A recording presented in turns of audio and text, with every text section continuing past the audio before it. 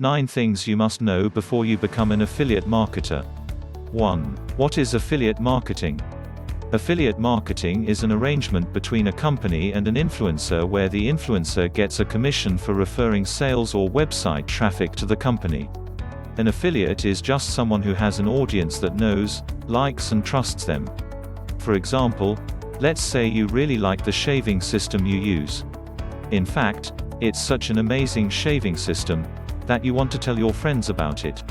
You look on their website, myshavingsystem.com, I'm just making this up, by the way, and you notice that they have an affiliate program. You apply to join it.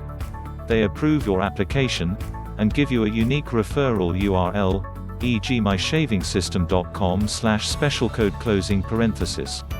You write a blog post all about shaving system and why you love your shaving system the best. In the post, you include a link using your unique referral URL. People start reading your blog post and clicking on your link.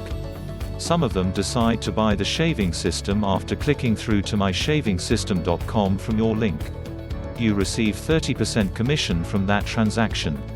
That's what affiliate marketing is.